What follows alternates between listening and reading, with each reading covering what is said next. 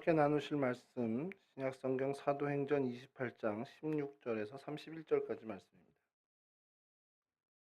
사도행전 28장 16절에서 31절까지 말씀 저랑 한 절씩 교독하겠습니다.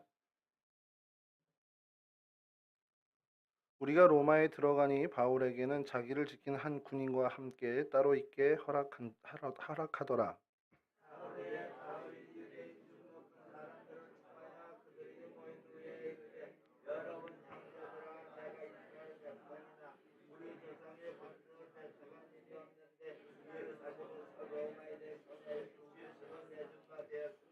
로마인은 나를 신문하여 죽일 죄목이 없으므로 석방하려 하였으나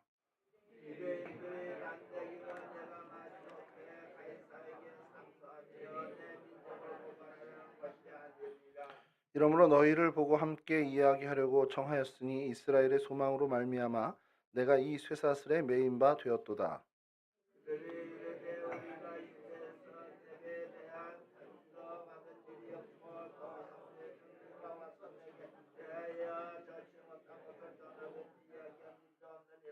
이에 우리가 너의 사상이 어떠한가 듣고자 하니 이파에 대하여서는 어디서든지 반대를 받는 줄 알기 때문이라 하더라.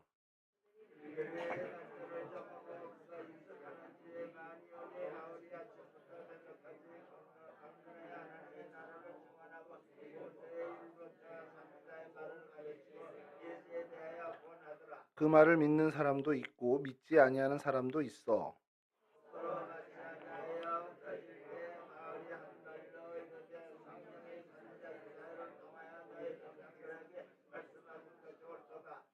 일러스되 이 백성에게 가서 말하기를 너희가 듣기는 들어도 도무지 깨닫지 못하며 보기는 보아도 도무지 알지 못하는도다.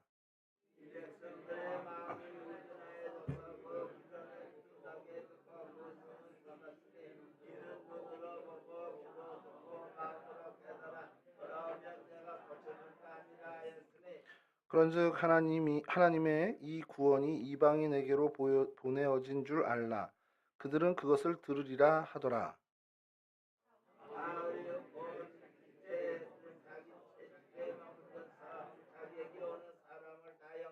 함께 하시죠. 하나님의 나라를 전파하며 주 예수 그리스도에 관한 모든 것을 담대하게 거침없이 가르치더라. 아멘. 예, 이제 바울에 대한 마지막입니다. 로마와 바울 이렇게 제목을 좀 잡았는데요. 로마로 가게 된 이 바울의 그 여정을 통해서 좀 오늘 좀 보려고 하는데요. 바울이 우리가 좀 앞서 내용들을 좀 잘 우리가 봤죠. 본 것처럼 유대인의 모함으로 인해서 이제 법정에 서게 되고요. 아그리빠의 재판까지 다 받게 되는데 사실은 무죄였습니다. 무죄였는데 유대인들이 계속해서 바울에 대해서 이제 뭐 이렇게 좀 계속 비난을 하고 하는 그 차원에서 바울이 그냥 상소를 하게 그러니까 우리로 치면 항소를 이제 제기하는 거죠. 그래서 아그리빠 왕에게 신문 이후에 그러니까 우리로 치면은 뭐 지방법원에 있다가 고등법원 가고 이제 대법원으로 가는 그런 절차처럼 이제 황제 앞에 가서 이 상소를 한 이 죄목에 대해서 이제 다뤄져야 되는 상황이 된 거죠. 근데 이 아그리빠 왕이 이제 그 재판을 하면서 이제 스스로 얘기합니다. 어 이제 뭐 이 바울이 어떻게 보면은 상소만 하지 않았다면 지금 이 재판을 끝으로 풀려날 수도 있는데라고 해서 혼잣말을 하죠.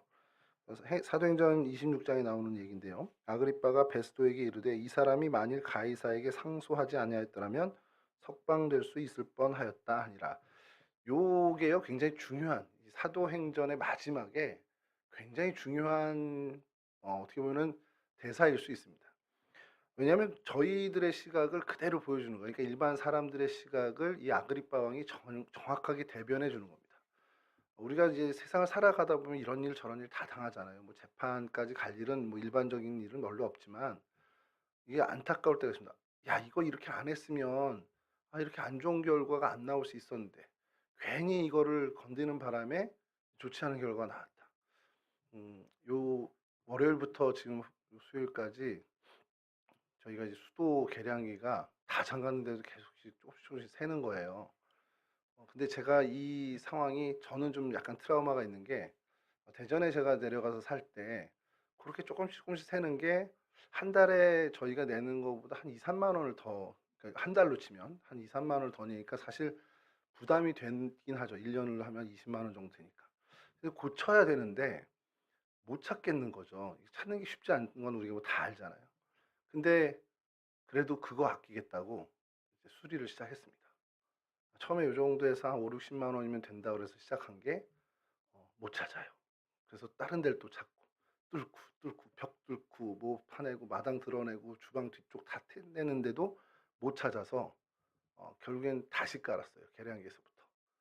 그러니까 수백만 원이 드는 겁니다. '아이 건들지 말걸. 차라리 몇만 원씩 더 내고 살걸.' 이런 생각까지 드는 이제 그런 게 있는데, 우리 생각은 그렇죠. 지금 이 결과가 '아 이걸 안 했으면 더 좋은 결과가 있었을 텐데 괜히 그거를 어떻게 보면 우리가 건드려 놔서 이런 안 좋은 결과가 있다.' 그러니까 이 바울의 사건만 봐도 바울이 그냥 아그리빠 재판에서 그냥 끝으로 무죄 판결이 나면 풀려날 수 있는데, 그가 가이사 앞에서 "나 재판받겠다." 상소를 하는 바람에 풀려나지도 못하고 죄수의 신분으로 로마까지 압송이 돼야 되는 상황이 되니까, 아그리빠 왕의 이 대사는, 이 발언은 가장 상식적인 차원에서 하는 얘기입니다. 그래서 저는 이 본문을 보면서 '바울은 몰랐을까? 이거를? 바울은 몰랐을까?' 근데 바울이 모르지 않았을 것 같다라는 거예요. 왜냐하면 그의 태도들을 보니까 그는 분명히 이게 뭔가 자기가 로마까지 가야 한다라는 확신이 있었던 사람이고, 뭐 그 방법으로 상소를 택한 건지는 모르겠으나 이렇게 해서 로마로 가게 되는 이 일을 딱 그 결과를 알았을 때 그거에 대해서 '아 괜히 했네.'라는 후회가 아닌 오히려 '아 이렇게 해서 내가 로마에 가게 되었구나.'라는 그런 생각을 했던 것 같습니다. 왜 그러냐면 이제 이 오늘 저희가 좀 살펴보는 로마의 여정 속에서 바울을 살펴보면 이 사람은 정말 억울하게 끌려간다라는 게 아니라 너무 어떻게 보면은 즐거움에 가는 것 같은, 마치 계획했던 일을 하는 것 같은 그런 자세를 보여주고 있다라는 겁니다. 우리가 이런 어떤 바울의 모습을 보면서 그냥 드는 생각이, 제가 이렇게 제일 먼저 든 생각은 '노아의 어떤 그 믿음을 닮은 것 아닌가.'라는 생각을 들었어요. 사도 바울이 로마로 가야 되겠다는 생각이 계획하에 있었는지는 모르지만 로마에서 무슨 일이 일어날지, 그 여정 속에 무슨 일이 일어날지 바울은 전혀 모르는 건 맞습니다. 모르잖아요 사실. 가게 되는 것이 뭐 하나님 뜻이야라는 확신이 있었는지 모르지만 가서 어떤 일이 일어날지 모를 거라는 거예요. 그것은 마게도니아 사람이 환상에 나와서 마게도니아를 건너와라 했을 때와 또 예루살렘으로 성령이 가서 "너 가서 메인바 된다."라는 얘기를 어떻게 들었을 때와 어쨌든 그것과 동일하게 가서 어떤 일이 일어날지 물론 이제 뭐 예상은 조금 하는 건 있겠지만 모르지만 그래도 하나님 뜻이니까 간다. 이게 내가 어떤 일이 로마에서 나에게 닥쳐질지 모르지만 하나님이 원하는 길이니 내가 간다라는 그 믿음을 보면서 이게 마치 노아의 어떤 그런 믿음과 좀 닮지 않았나라는 생각이 드는 겁니다. 왜냐하면 제가 요번 지난주죠. 지난주에 이제 노아에 대해서 우리 같이 청년부들과 함께 말씀을 나눴는데, 노아를 설명하는 그 창세기의 기록들 말고 히브리서 11장 그 믿음장에서 노아를 기록할 때 그런 얘기를 해요. 믿음으로 노아는 보이지 않는 일에 경고하심을 받아. 그러니까 경고하심이라는 게 말씀을 들었다는 얘기죠. 믿음으로 노아는 보이지 않는 일에 말씀을 들었다. 그리고 그 믿음에 따라서 방주를 짓기 시작하는 겁니다. 노아는 비가 올지 안 올지 모릅니다. 근데 하나님이 경고하셨다라는 그 하나님의 뜻이 그거다라는 것 때문에 보이지 않는 일이지만, 경험해 보지 못한 일이지만 그것을 준행하죠. 제가 그 노아에 대해서 설교를 준비하다가 엉뚱한 생각을 한 것이 뭐냐면, 노아가 그 600살 때 홍수를 경험하잖아요. 근데 600 년을 살아오면서 '홍수라는 걸 경험해 봤을까?' 이런 생각을 해본 겁니다. 노아가 600 년을 살면서 그런 홍수를 분명히 경험해 보진 못했을 거라는 겁니다. 그는 홍수가 뭔지도 모르고 그 물로 사람을 하나님이 진멸하겠다라는 그것이 어떤 건지도 상상조차 그려지지도 않는 것이었을 거예요. 근데 하나님께서 하나님의 뜻을 밝히고 그렇게 경고했을 때 그는 어떻게 보면 그 480살 때쯤에 경고를 받은 걸로 이제 보여지는데, 성경에서 이야기할 때는 산 위에 올라가서 배를 짓기 시작합니다. 전혀 상식적이지 않은 그 일을 하나님이 말씀하셨기 때문에 하는 거죠. 그게 노아의 믿음이었거든요. 그러니까 보이지 않는 것을 믿는 믿음, 경험해 보지 못한 것을 믿는 믿음, 이것이 어떻게 보면은 바울 역시 이 노아의 믿음을 닮은 것 같다라는 생각을 좀 해보게 됩니다. 그래서 로마로 호송되는 이 바울은요, 뭐 여행객도 아니고 정말 죄수의 신분으로 정말 압송되게 됩니다. 로마에 가서 어떠한 어려움을 당할지 알 수도 없는 상황이었고요. 특히나 이제 로마로 가는 그 길은 100길밖에 없을 텐데, 물론 육로도 있지만 그것은 너무 이제 오래 걸리고, 분명히 이제 100길로 가게 되는데 로마에 가서 어떤 일이 생길지도 모르는 데만 이 항해길에 어떻게 될지도 모르는, 어떻게 보면 사실 알 수 있는 게 하나도 없는 그런 상황에서 로마의 병사에 의해서 다른 죄수들과 함께 압송되게 됩니다. 어 가서 어떻게 될까? 이것도 궁금하는데 가는 길이 어떨까? 이것도 두렵고 궁금할 수밖에 없는 상황이었습니다. 그럼에도 불구하고 이제 가게 되는 거죠. 이 로마로 가는 여정 속에서 그가 어떤 사람이었는지를 좀 보려고 해요. 이제 오늘 바울에 대한 마지막 시간인데요. 저희가 6차례를 했는데 이 여정 속에 드러난 바울의 어떤 그 믿음의 모습을 좀 저희가 좀 살펴보고 또 교훈을 좀 삼으려고 합니다. 바울이 로마로 가는 여정 속에서 보여지는 모습 중에 첫 번째로 저희가 좀 발견하게 되는 모습은, 바울은 참 충실한 동역자들을 얻은 사람이라는 겁니다. 그러니까 함께하는 사역자들, 함께하는 동역자들, 동반자들을 얻었던 사람이라는 거죠. 어디를 가나 그와 함께하는 사역자들이 항상 있었어요. 바울이 무엇을 할 때. 그리고 그의 처음 하나님이 그를 부르시는 그때에도 아나니아를 통해서도 그 위에 사역에 초청되는 바나바를 통해서도 계속 그를 돕는 동역자들이 끊임없이 그에게 붙여졌습니다. 그러니까 아마 하나님이 그렇게 하신 거죠. 하나님이 바울에게 계속해서 사람을 붙여주시는 은혜를 입게 돼요. 물론 이제 바울이 그런 역량이 있는 사람이기도 했지만 그 역량도 하나님께서 허락하신 것이죠. 그러니까 저희 살아가다 보면 그런 거 있잖아요. 주변에 우리 주변의 사람들을 가만히 보면 그 사람 주변에 사람들이 모이는 사람이 있고요. 있는 사람도 이렇게 탁 떨어져 나가는 사람이 있습니다. 그게 근데 인력으로 안 되는 걸 저희들이 좀 보죠. 뭐 그 사람의 성격이 어때, 뭐 그 사람 어떤 태도가 어때, 이런 걸 하기 전에 이건 뭐 어떤 이거 사람의 노력으로 되는 일은 아니다라는 걸 우리 이제 경험해 보니까 그렇게 되는 거죠. 이 바울은 주변에 사람들이 계속해서 모이는 사람, 그러니까 사람이 계속 붙여지는 사람이었다라는 겁니다. 특히 이제 바울이 죄수가 돼서 로마로 호송되는 이 상황은 여느 어떤 복음의 전파자로서 전도행을 하던 그런 상황하고도 또 다른 상황이죠. 굉장히 열악한 상황인데 그런 생각이 들 수 있습니다. 죄수의 신분이잖아요. 그러니까 내가 저 사람을 돕고 싶은 마음이 있어서 가까이 하다 보면 혹시라도 어떤 불이익이 나에게 올 수 있는 그런 상황입니다. 그럼에도 불구하고 이런 열악한 상황에서도 바울에게는 사람이 또 붙어요. 뭐 당연히 우리가 지금 알고 있는 이 사도행전의 저자인 누가가 우리가 이 배에 올라서 같이 지금 가고 있다라는 것이고, 또 한 사람이 붙는데 아리스다고라는 사람이 함께 동참을 합니다. 사도행전 27장 2절인데요. 오늘 저희가 읽은 본문의 앞선 이제 로마로 향하게 되는 그 처음 모습입니다. 아시아 해변 각처로 가려 하는 아드라 무테노 배에 우리가 올라 항해할세 마게도냐의 데살로니가 사람 아리스다고도 함께하니라. 이제 이 로마로 가는, 이제 가다가 이제 잠깐 이렇게 뭐 미항도 들리고 들리는 이제 여정을 가는 배인데 최종 목적지는 로마죠. 로마로 가는 이 배에 죄수들도 이제 태운단 말이에요. 죄수들을 태우고 가는 이 배의 이름이 아드라 무테노라는 배입니다. 그 배에 우리가 올라탔다. 그러니까 이 우리는 바울과 누가입니다. 그리고 거기에 또 한 사람, 데살로니가 사람인 아리스다고가 함께 올라탔다라.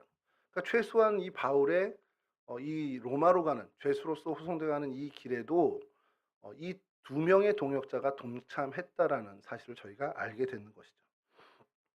누가가 어떤 사람인지는 뭐 저희가 예전에 성경 인물 하면서 좀 살펴본 적이 있지만, 뭐 직업은 의사고요. 요세푸스에 의하면 이 사람이 괜찮은 그래도 좀 지위를 갖고 있던 그리스 사람이었습니다. 바울의 2차 전도 여행 때 합류했었는데 그 이후로 꾸준히 바울과 함께한 사람이죠. 어떻게 보면 바울의 수족 역할을 했다, 뭐 바울의 어떤 주치 역할을 했다 할 정도로 바울에게 굉장히 밀접한 사람이었는데, 이런 어떤 의사나 이런 것보다도 이 사람의 장점은 뭐였냐면 상황을 보는 눈이 탁월했습니다. 그러니까 어떻게 보면 역사학자라고 할 만큼 그런 어떤 이 사건을 바라보는 눈이 굉장히 탁월했던 사람이라는 것이죠. 그런 누가가 이런 어려운 상황 가운데 바울과 함께 하고 있다라는 거죠. 저는 이 생각을 했어요. 바울의 로마길이 그냥 가서 하나님이 이렇게 일하시면 좋은데 굳이 왜 누가를 이렇게 붙여줬을까? 사도행전의 그 사도 바울의 그 많은 여정에 누가로 하여금 왜 계속 이제 가까이 있게 하셨을까라는 생각을 하는데 그 답이 그냥 탁 나오는 겁니다. 누가가 어떤 사람이죠? 여러분, 그러니까 누가가 이렇게 좀 훌륭해 믿음이 좋은 사람이야라는 것도 있지만 성경의 어떤 지필의 역사를 그런 살펴보면 누가복음을 기록했잖아요. 이게 뭐 제가 신학교를 다닐 때는 성경의 저자, 이게 저희 교회에서는 누가복음의 저자가 누구야? 그럼 누가요? 뭐 사도행전의 저자가 누구야? 그럼 누가요? 이렇게 얘기를 했는데 저희 이제 신약학 교수님이 저자라는 표현을 하면 되게 막 뭐라 그러는 거예요. 그래서 왜요? 그랬더니 저자는 성령님이고 누가는 기자다. 기록한 사람이다. 이렇게 얘기를 하셔서 그게 좀 입에 뱄었거든요. 근데 뭐 사실 저희가 저자라고 얘기할 때 그가 뭐 그렇게 창작해 썼다는 얘기를 하는 건 아니니까 그냥 말 그대로 저희가 집필했다라는 정도로 쓰는 거니까 뭐 저자로 하든 기자로 하든 그건 문제는 아닌 것 같은데 여하튼 이 누가복음의 저자, 누가복음의 기자 그러면 누가라는 건 우리 다 잘 알잖아요. 사도행전 역시 누가입니다. 여러분 그런 거 생각해 보셨어요? 신약의 분량이 있잖아요. 신약의 분량 전체 분량에 가장 많은 분량을 집필한 사람이 누굴까요? 기록한 사람이. 대답하셔도 됩니다. 우리 알잖아요. 딱 그냥 생각해도 바울 서신이 어마어마하잖아요. 바울 서신이 제일 많겠죠. 그래서 장수를 따지면 뭐 로마서 16장부터 쫙 따지면 65장을 기록을 해요. 누가는 어느 정도 되실 것 같아요? 눈치 빠르신 분들은 딱 바로 이렇게 해보실 텐데. 누가복음이 24장까지 있죠. 사도행전이 28장까지 있죠. 합치면 52장. 근데 이거요, 그냥 65장 대 52장이다 이렇게 얘기할 수 있지만 이건 좀 더 따져봐야 되는 건데 페이지로 한번 해보시면 거의 같습니다. 그러니까 누가를 하나님이 이렇게 쓰셨던 사람이에요. 신약 성경에 정말 엄청난 분량을 기록하게 한 사람을 로마로 가는 이 여정에 왜 붙여주셨을까? 그걸 좀 생각해 보면 이 로마로 가는 이 길에 하나님이 역사하시는 그 하나님의 역사와 바울을 하나님이 어떻게 사용하시는지에 대해서 정말 그 현장에서 보고 기록할 수 있게끔 하나님이 장을 펼쳐주신 것으로 볼 수 있다는 겁니다. 사실은 누가를 다룰 때도 이 부분을 잠깐 얘기를 드렸었는데 아무도 기억을 못 해주시니까 너무 감사한 건지 이건 잘 모르겠습니다만 사도 바울의 이 여정 로마로 그냥 가서 하나님이 계획한 로마에서였던 선교 이걸로 그냥 끝나면 굳이 누가가 그렇게 들릴 필요 없이 누가를 먼저 로마에 보내놓으셔도 될 텐데 사건이 벌어진다는 거죠. 이 여정에. 여하튼 이렇게 사람을 붙여주시는데 또 아리스다고라는 사람을 붙여주는데 이 사람은 어떤 사람이냐면 골로새 4장 10절을 좀 보면요. 나와 함께 갇힌 아리스다고와 바나바의 생질 마가와 이 마가에 대하여 너희가 명을 받았음에 그가 이르거든 영접하라. 이렇게 골로새서에서도 언급이 한번 되고요. 빌레몬서 1장 24절에 또 언급입니다. 또한 나의 동역자 마가 아리스다고 데마 누가가 문안하느니라. 여러분 골로새서와 이 빌레몬서는 저희가 옥중서신의 하나로 봅니다. 무슨 얘기냐면 옥에 갇혔을 때 쓰는 거예요. 옥에 갇혔을 때 아리스다고가 그 자리에 함께 했다라는 것. 이것이 뭐 그렇게 크게 드러난 인물은 아니지만 바울이 힘든 역경 속에 항상 이 사람이 같이 있었던 그런 동역자라는 겁니다. 그런 생각을 좀 해요. 뭐 내가 잘 되고 내가 어떤 좋은 자리, 영광받을 자리에 있을 때 주변에 사람들이 많이 오는 건 그냥 자연스러운 건데 내가 힘들 때, 내가 어려울 때 또 어떻게 보면 나와 함께 있으면 손해를 보거나 어떤 위험을 감수해야 되는 그런 상황일 때 같이 있는 사람이 드물잖아요. 근데 바울은 이런 상황이 됐든 저런 상황이 됐든 항상 하나님이 그 옆에 이런 동역자를 붙여주신다는 겁니다. 그래서 바울을 우리가 생각할 때 항상 보면 그가 받은 은혜가 뭐냐 그러면 충성스러운 믿음의 동역자들이 늘 함께 있었던 사람이라는 거죠. 이 부분이 사실은 참 부러운 부분이기도 합니다. 끝까지 헌신하며 동역을 함께하는 동역자. 이게 사실은 엄청난 힘이 됐을 거예요. 그런 얘기들을 좀 합니다. 무슨 사람을 기대고 사람을 의지해 이런 얘기를 할 수 있어요. 근데 하나님이 그 사람에게 힘을 불어넣어주고 그 사람의 용기를 북돋아주고 그를 격려하는 걸 뭐 기도 시간을 통해서 막 하나님 뭐 큐티하는 시간 통해서 막 주시기도 하지만 주변에 붙여진 사람을 통해서도 하나님은 크게 일하신다는 걸 우리는 잘 알고 있습니다. 그러니까 이게 얼마나 큰 은혜인지 정말 하나님이 주시는 축복이라는 것을 우리는 잘 알고 있는 사람이죠. 우리가 하나님의 일을 정말 아무런 지침 없이 어떤 곤비함 없이 쭉 가면 좋지만 우리는 태생적으로 그러질 못하잖아요. 그러니까 우리가 계속해서 하나님의 일을 하고 이 세상을 살아가다 보면 영적인 곤비감에 분명히 빠질 수밖에 없습니다. 그럴 때 하나님이 그 시기를 위해서 우리 주변에 하나님의 은혜를 입은 충직한 동역자들, 신앙의 동역자들, 지체들을 주변에 항상 포진시켜 놓는다는 거죠. 여러분 한번 좌우를 살펴보세요. 앞뒤 좌우를 살펴보시면 아, 하나님이 내가 영적인 곤비함이 있을 때 이분들을 통해서 일하시겠구나. 이걸 보시면 됩니다. 안 쳐다보시네요. 가족이다 가족 그리고 같은 교회의 우리 신앙 공동체 안의 지체들. 분명히 하나님이 이분들을 사용해서 나에게 믿음의 용기를 북돋아 주시고 나를 위로해 주시고 나에게 힘을 주시는 그 역할로 이분들을 쓰신다라는 믿음으로 우리가 이 신앙 공동체 안에서의 교제가 그리고 관계를 잘 맺어 가야 한다라는 것이죠. 사도 바울은 이 부분에 있어서 정말 하나님의 크신 은혜를 받았던 사람이고 그리고 하나님이 이 사도 바울에게 이와 같은 축복을 주셨다는 것. 사실 이것을 저희가 좀 욕심내 볼 만한 은혜와 축복이 된다는 겁니다. 여러분 예수님과 동행했던 많은 사람들, 제자들, 심지어 그 수제자 베드로마저도 예수님이 가장 힘든 그 고난의 시기, 우리가 뭐 지난주에 고난 주간을 지냈지만 고난의 시기에 닥쳤을 때 맞닥뜨렸을 때 다 도망가 버립니다. 그러니까 요즘 우리 젊은 애들 표현으로 손절하고 이제 사라집니다. 빨리 이제 끊고 없어지는 거죠. 그러니까 그만큼 그 사람이 곤비해지고 어려운 상황에 있을 때 그 사람 곁에 머문다는 것은 쉬운 일은 아닙니다. 분명히 어려운 일인데 이 바울의 주변에 있는 충성스러운 동역자들, 뭐 오늘 등장한 뭐 누가라든지 아리스타고 같은 사람들은 어떻게 그런 바울 곁에 머물 수 있었을까라는 생각을 해보면 바울의 진가를, 그러니까 바울의 진짜 모습을 경험했기 때문이라는 거죠. 우리 예수님이 이제 십자가의 고난을 당할 때 제자들이 도망갔지만 그들이 나중에 정말 성령을 체험하고 예수님을 제대로 만나게 되니까 그들은 목숨까지 내놓는 그런 어떤 결단을 자기 자신을 온전히 드리는 그러한 사람들로 변하게 됩니다. 그러니까 사도 바울의 이 주변에 있는 사람들도 마찬가지예요. 사도 바울을 통해서 역사하시는 하나님을 경험했고 만났고 그러다 보니까 이 사도 바울의 행하는 이 일이 어떻게 보면 그들의 어떤 건지 진짜 안 거죠. 그러니까 그의 곁에 머물게 된다는 겁니다.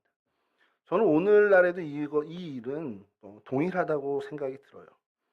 우리가 그 서로에게 저 사람에게 저 사람이 어려울 때 머물 수 있는 건 그냥 그 사람이 불쌍하고 그 사람이 정말 그 사람을 향한 동정심이 있고가 아니라 그 사람을 통해서 역사하신 하나님을 우리가 알기 때문에 그 사람 곁에 머무는 거고 내 주변에 그런 사람들이 있다는 건 결국 내 이 어려운 형편과 상황을 통해서 하나님이 일하실 거를 기대하는 그리고 그것을 믿는 사람들이 제 주변에 머문다라는 겁니다. 이게 정말 신앙 공동체 안에서 우리가 신앙의 삶을 살 때 이루어진다라는 것이죠. 그냥 인간적인 교제, 사회에서 만나 어떤 그 조직 안에서의 어떤 관계는 이 어떤 관계, 이런 어떤 서로에게 정말 힘이 되어주는 그것이 이루어지기가 쉽지 않습니다. 물론 이제 우정 뭐 이런 걸로 해서 할 수 있겠지만 신앙을 공유한다라는 것이 그만큼 굉장히 우리에겐 굉장히 큰 축복이고 은혜라는 거죠.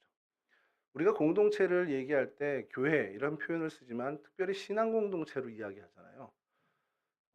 제가 그 여러 교회를 좀 다녀봤지만 좀 안타까운 것 중에 하나가 어떤 교회들을 보면 이분들이 정말 신앙을 공유하나? 정말 그 하나님을 향한 그 신앙을 서로 공유하고 그 신앙의 삶을 나누고 은혜를 나누는 것으로 이 신앙 공동체를 이루고 있나? 라는 생각을 할 때 그것보다는 좀 친목 공동체에 가까운 모습을 보일 때가 있다라는 겁니다. 뭐 혈연이든 학연이든 뭐 그런 거 다 그런 요소들을 끌어들여서 신앙을 공유한다기보다는 우리의 친목을 공유하는 그런 공동체를 보일 때가 있거든요. 근데 교회는 그것은 좀 배제하고 이 지금 말씀드리는 신앙, 나를 통해서 하실 일을 정말 기대하고 저 사람을 통해서 하나님이 어떻게 역사하실까 그것을 바라보고 그것을 소망하며 기도하는 사람들, 그런 사람들, 정말 말 그대로 신앙을 공유하는 사람들이 함께 모인 공동체의 모습을 더욱더 가져야 한다는 거죠. 사도 바울에겐 하나님이 은혜를 주셨습니다. 그래서 사도 바울의 행하는 모든 그의 여정과 삶에 하나님이 어떻게 역사하시니까 하나님과의 관계의 그 신앙의 모습이 계속해서 보여지고 그것을 또 함께 공유하는 사람들이 그 옆에 계속해서 끊임없이 그 동역자로 머물게 되었다는 것이죠. 저는 좀 욕심을 냈으면 좋겠는 게 내가 그런 삶에 어떻게 보면 하나님의 도구가 되길.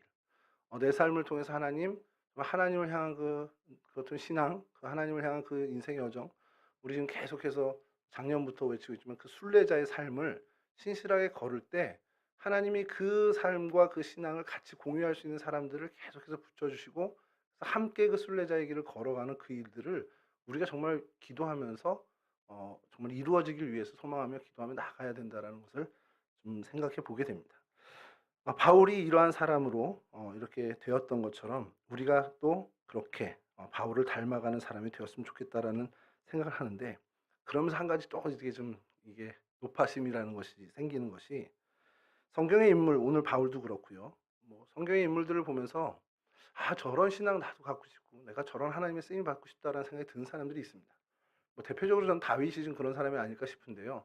다윗처럼 정말 하나님의 극찬을 받은 사람이 드물잖아요. 내 마음에 합한 자다. 여러분 이거 얼마나 멋진 말입니까? 나도 하나님 다윗처럼 되고 싶어요. 내가 하나님 마음에 합한 사람이 되고 싶어요라고 그렇게 마음의 소망을 갖고 바람이 있는데, 그것만 바라보다가 저희가 간과하는 게 뭐냐면, 그런 사람이 되기 위해서 그 오랜 세월 광야에서 사울에게 쫓기며 정말 그 고난의 길을 걸으며 하나님을 바라보고 하나님과 친숙하게 된, 하나님으로 훈련받게 된 그 기간은 간과하는 경향이 많다는 겁니다. 사도 바울도 마찬가지죠. 여러분 사도 바울 이렇게 하나님이 늘 사람들 붙여주고 가는 곳마다 정말 하나님의 역사가 일어나고 정말 멋진 사람이고 나도 그런 사람 되고 싶다 하지만, 그 이전에 사도 바울이 흘렸던 땀과 그의 눈물과 그의 정말 열심을, 하나님을 향한 열심과 그리고 인해서 주님 때문에 보게 된 손해와 어떻게 보면 주님 때문에 겪게 된 고생, 이거는 간과하고 그 열매만을 보는 경우가 많다라는 겁니다.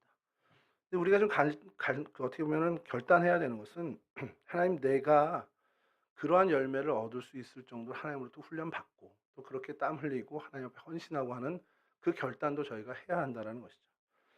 우리가 사도 바울의 어떤 충실한 충성스러운 믿음의 동력자를 붙여주는 것 하나 때문에 여러 생각들을 좀 해보게 되지만, 우리가 이러한 은혜를 얻기 위해서 내가 하나님 땀 흘려야 될 게 뭔지, 내가 하나님 헌신해야 될 게 뭔지, 내가 하나님 뭔가 손해보고 내려놔야 될 게 뭔지를 또 결단하는 그 믿음까지 나가는 우리 동성애 식구들이 되었으면 좋겠습니다.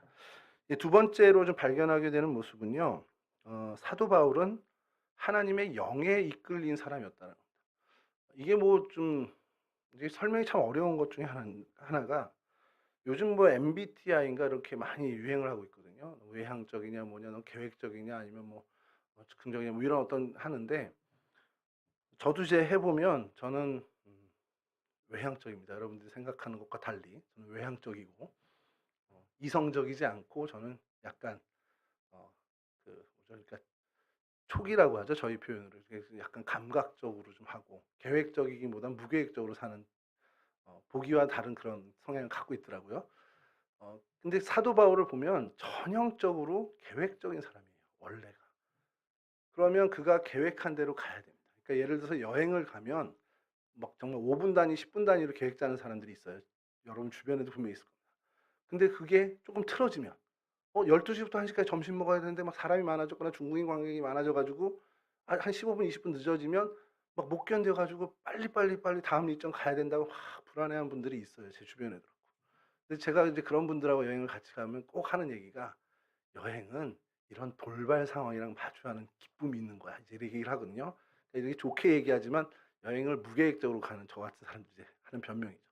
사도 바울은 그런 사람이 아니에요, 성향적으로 보면. 근데 그래도 이 사람이 정말 하나님의 사람이라고 하는 것이 뭐냐면, 당신이 계획한 것이 있다 하더라도 하나님의 영이 이렇게 지시하면 그걸 다 포기할 수 있는 사람이었다는 거예요. 하나님이 뭐 즉각적으로 얘기하실 수도 있고 갑자기 말씀하실 수도 있잖아요. 그래도 하나님이 이야기하면 그 하나님의 영에 따라가는, 순종하는 사람이었다는 겁니다. 우리 지난번에도 살펴봤지만 그가 마게도니아에 가게 된 계획은 전혀 그의 이 선교 여행에 1도 생각하지 않았던 계획입니다. 근데 그가 그날 드로아에서 환상을 보고 마게도냐 사람이 손짓하며 건너와 우리를 도우라 했을 때, 그가 그것이 하나님의 말씀인 줄 알고 성령께서 이끄시는 것을 확신하고는 그 모든 자신의 그 계획을 다 포기하고 마게도냐를 건너가게 되죠. 근데 우리 살펴봤지만 그렇게 성령께서 이끌어서 가면 다 길이 순탄해야 되잖아요. 근데 그렇지 않았단 말이에요. 그럼에도 불구하고 그는 성령께서 이끄신다면 그것이 고생길이 되거나 혹은 어려운, 어떻게 보면 정말 어려운 상황에 처한다 해도 순종하며 갔던 사람입니다.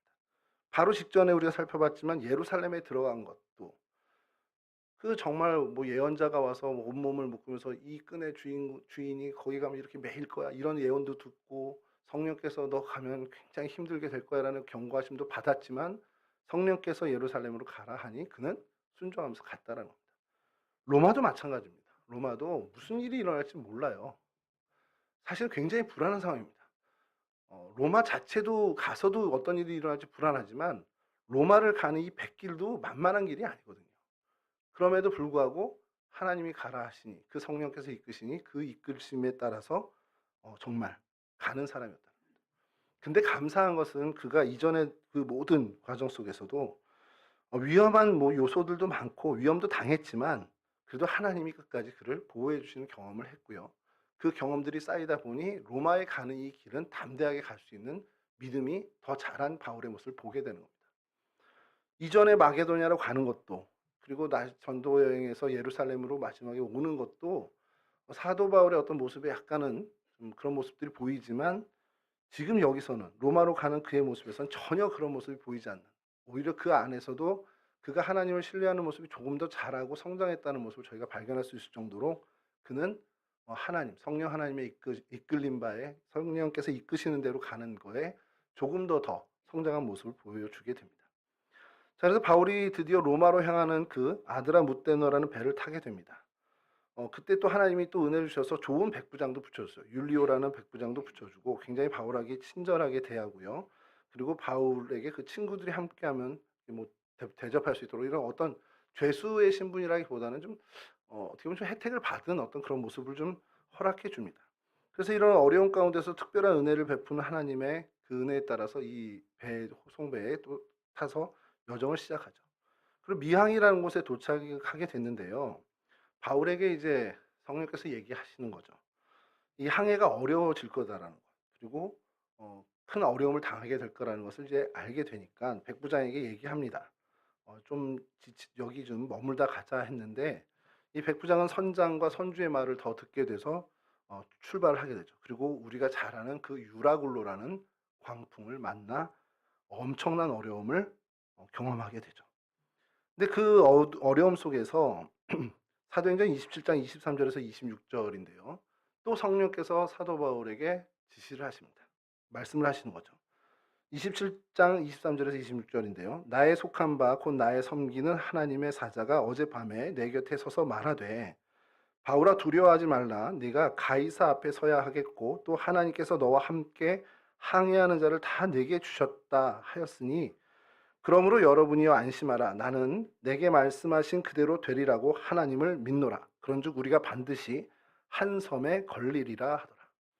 광풍을 만나서 이제 뭐 방향키고 다 뭐 할 수 없는, 그러니까 정말 둥둥 떠다니는 그냥 배. 그는 떠다니는 나무가 되어 버렸습니다. 우리 테바올처럼 정말 테바가 된 거죠. 자, 근데 여러분 아무런 동력도 없고 이제 뭐 방향도 잡을 수 없는 그 배가 그 안에 있다면 여러분 얼마나 불안하겠습니까? 근데 그 밤에 주의 사자가 사도 바울에게 정확하게 얘기를 하죠. 사도 바울은 그 얘기를 듣고 안심하고 담대함을 갖게 되고 사람들에게 얘기하는 겁니다. 우리 어느 섬에 이렇게 뭐 표류하게 될 거야라는 얘기를 하는 거죠. 그리고 사람들은 믿지 않았지만 이 14일 동안 계속 사투를 벌이다가 결국 정말 바울이 말한 대로 멜리데라는 섬에 표류해서 어떻게 보면 들어가게 됩니다. 이쯤 되면 로마로 가는 일이 다 틀어지고 포기되고 그냥 끝나야 될 것 같은데 이 멜리데 섬에 도착한 이것이 하나님의 놀라운 섭리였다라는 것을 이 이후의 과정에서 계속해서 사도행전은 우리에게 말씀하고 있죠. 그 멜리데 섬의 추장 보블리오라는 사람을 만나게 되는데 그의 부친이 열병, 뭐 이질에 걸려서 고생하는 것을 이제 바울이 안수하자 회복이 됩니다. 뭐 하나님이 이렇게 하신 거죠. 그리고 뭐 그 전에이지만 이제 불을 피우려고 했을 때 나뭇가지 숲에서 독사가 나와 사도 바울을 무는데 사도 바울이 하나도 상함이 없이 되는 걸 사람들이 뭐 목격을 해요. 그러니까 이게 심상치 않은 사람이 들어온 거를 이 추장과 마을 사람들이 보게 되고 인지하게 되고, 그래서 이 바울을 약간 좀 이렇게 경배하듯이 이제 그런 시선으로 쳐다보는데, 이 보블리오 추장의 아버지를 낫게 함으로 이게 좀 어떻게 보면 이 완전한 신뢰를 얻게 되죠. 자, 그렇게 되고 나서 그 몇 달을 머무는 동안에 바울은 그곳에서 주의 복음을 전하게 됩니다. 가만히 생각해 봤어요. 이 멜리데라는 섬에 복음이 들어갈 수 있을까? 그냥 일반적인 그냥 이 시절, 그 시절의 어떤 상황으로 그냥 간다면, 멜리데라는 섬에 누군가가 정말 복음을 전해야겠다 작정하고 들어가지 않는 한 그들은 복음에 대해서 완전히 소외된 그런 삶의 지경을 살 거였습니다. 어, 누구도 결단을 해야 가잖아요. 근데 뭐 멜리데 섬이 있는지도 모를 텐데 대다수의 사람들은. 사도 바울도 멜리데가 있었다라는 것을 안 것 같지는 않아요. 그냥 표류하다가 그 배가 정착하면서 그냥 표류하게 된 거죠. 하나님께서 이와 같은 일들을 이루실 때 이 멜리데 섬의 사람들도 사랑하셔서 그들에게 예수의 복음을 전해야 하는데 그 적합한 사람을 바로 바울로 삼으셨다는 겁니다. 사실은 바울의 입장에서만 저희가 계속해서 보면 힘들고 유라굴로 광풍도 만나고 막 이런 열들, 어떻게 보면 하나님의 놀라운 섭리도 있지만 고생의 길도 있었지만, 멜리데 사람의 그냥 그 시선으로만 이 모든 걸 본다면 어느 날 갑자기 정말 대단한 사람이 하나 표류해 와서 우리에게 복음을 가르쳐. 그리고 그 복음에 우리가 그 믿음을 갖게 되고 하나님을 만나게 되고 예수 그리스도를 알게 되고 또 성령을 체험하게 되고. 그 멜리데 섬에 있는, 만약에 제가 그 주민이었다면 이게 왜 은혜입니까? 우리가 계획한 것도 없고 어, 우리가 어떻게 보면 기도 한마디 한 적 없는데 이 사도 바울이라는 사람이 들어와서 주의 복음을 전하는 놀라운 은혜죠. 근데 가만히 생각해 보면 제 인생도 그랬다는 겁니다. 모태신앙으로 태어난 것이 은혜구나라는 생각을 자꾸 하게 되는 것이, 언제 한번 내가 하나님 나 구원해 주세요 한 적도 없고 내가 복음에 대해서 갈망도 열망도 없었던 그 시절, 그냥 저절로 제게 주어진 거. 그러다 보니까 별로 이렇게 귀하게 여기지 못했던 것 같아요. 근데 그 은혜를 하나님이 주셨다라는 것을 이 멜리데 사람들을 보면서 저희가 좀 다시 한번 생각해 봐야 된다는 거죠. 한 사람, 그 바울이라는 사람을 역경과 고통 속으로 밀어 넣으시면서, 뭐 이렇게 고통을 주려고 한 건 아니지만 그 상황 속으로 내몰면서 결국 하나님이 하신 것은 생명을 살리는 일을 하셨다는 겁니다. 멜리데 사람들을 정말 살리는 일을 하셨다는 것이죠. 하나님이 정말 하나님이 되시고 예수 그리스도가 우리의 대속자가 되심을, 그리스도가 되심을 그들에게 알려줘서 정말 멸망받을 수밖에 없는 그 인생들을 구원으로 이끄시는 하나님을 저희가 보게 된다는 것이고, 그 일에 이 바울을 하나님이 사용해 주셨습니다. 정말 바울은 생각하지도 못했던 일이죠. 그냥 바울은 어떻게 보면은 그냥 로마로 호송되는 것만 생각했고요. 그리고 거기서 하나님이 어떻게 자기 쓰실지 그런 기대감을 가졌던 어떤 그 정도의 생각이었을 텐데, 하나님의 계획은 그보다 더 한 걸음 나가서 로마행 이 길에 언제 복음을 접할지 모르는 이 멜리데 사람들에게 복음을 전하는 일을 하나님은 시행하셨다는 겁니다. 그리고 그곳에 3개월 머무는 동안 정말 말 그대로 신앙 부흥회가 열린 거죠.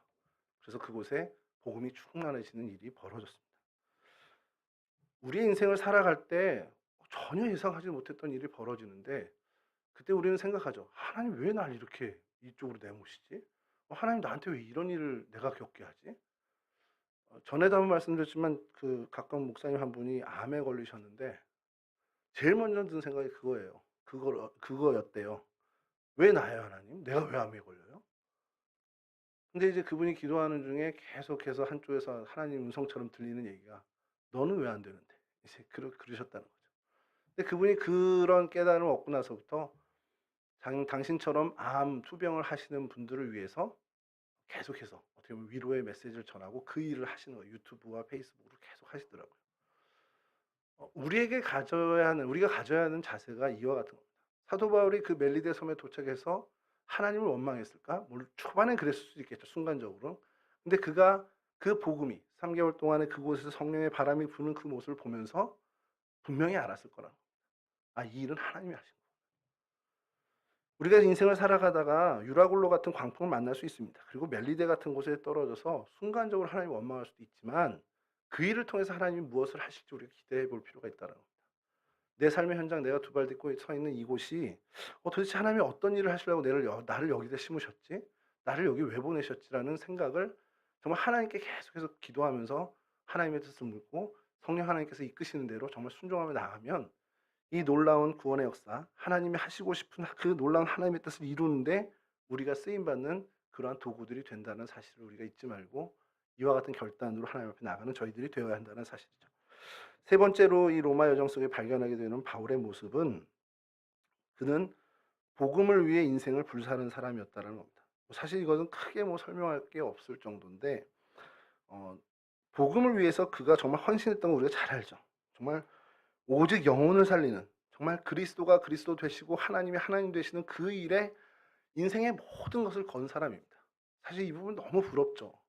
그러고 싶은데 제가 이제 역량이 이렇게 안 되니까 못하고 있어서 너무 안타깝지만 자 근데 여기서 희망을 주는 게 뭐냐면 저희가 그런 생각하잖아요. 복음을 위해서 내가 정말 온몸을 사도 바울처럼 불사르고 싶어요. 그러면 지금이라도 딱 다 벗어 던지고 아이들 장모님이나 누구는 다 맡기고 저희 부부가 조혜한 목사님 따라서 미얀마하고 이래야 될 것 같은데 오늘 여기 보면서 제가 위로를 얻은 것이 사도 바울이 로마를 갔어요.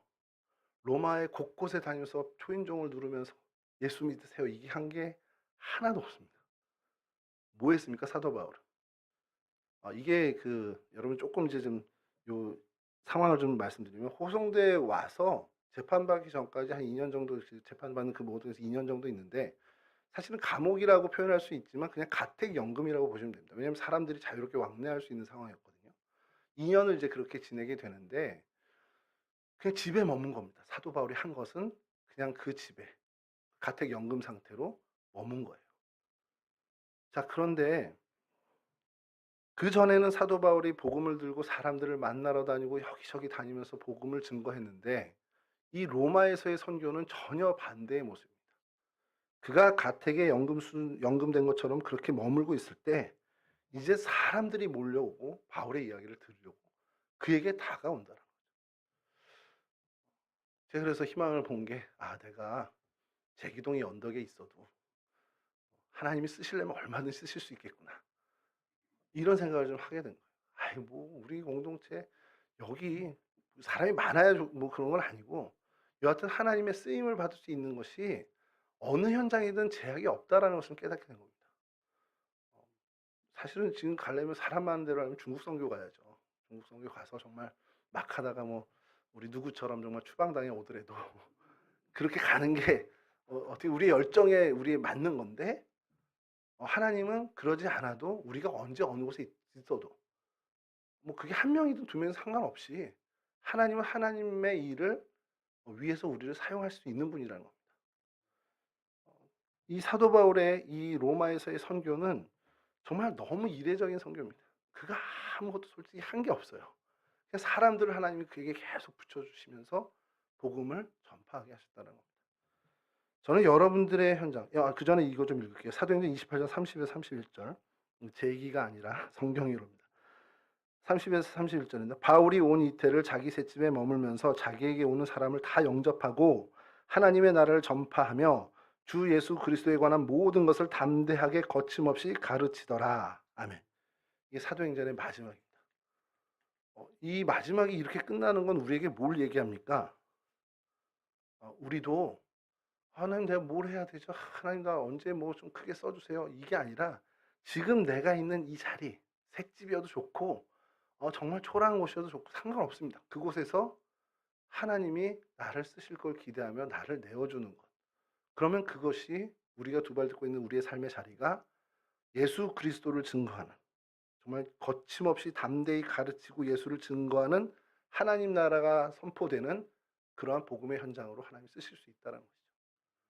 그와 같은 복을 우리 동성애 온 식구들이 다 누렸으면 좋겠습니다. 나는 우리 집은 나는 내 삶이 형편이 저도 그런 적이 많지만 언제고 하나님 쓰시겠지가 아니라 지금 당장 이 자리 지금 나의 있는 이 모습 그대로 하나님이 쓰실 거다. 그 기대감을 갖고 하나님께 하나님 좋아요. 지금 한 사람이라도 정말 다른 사람 다 못 만나고 그냥 내 아들 딸밖에 없어요라고 해도 그들에게 복음을 증거하는 하나님의 도구가 된다면 그것이 우리에게 은혜고 큰 축복이라는 사실을 우리가 놓치지 않고 살아갔으면 좋겠습니다. 여러분 바라기는 사도 바울의 이 모습을 정말 뒤를 잇는 그 많은 사람들이 그 위에 등장했죠. 뭐 초대 교부부터 많은 교회 지도자들 또 익명의 크리스찬들인데 그 뒤를 잇는 그 계보가 계속해서 내려오고 오늘 2000년이 지난 지금도 우리에게 그 바톤이 넘어왔습니다. 이 사도 바울의 이 놀라운 모습, 주님을 위해서 정말 살아가는, 복음을 위해서 살아가는 그 헌신의 삶을 뒤를 잇는 저와 여러분들이 되실 수 있기를 주님의 이름으로 간절히 축원합니다.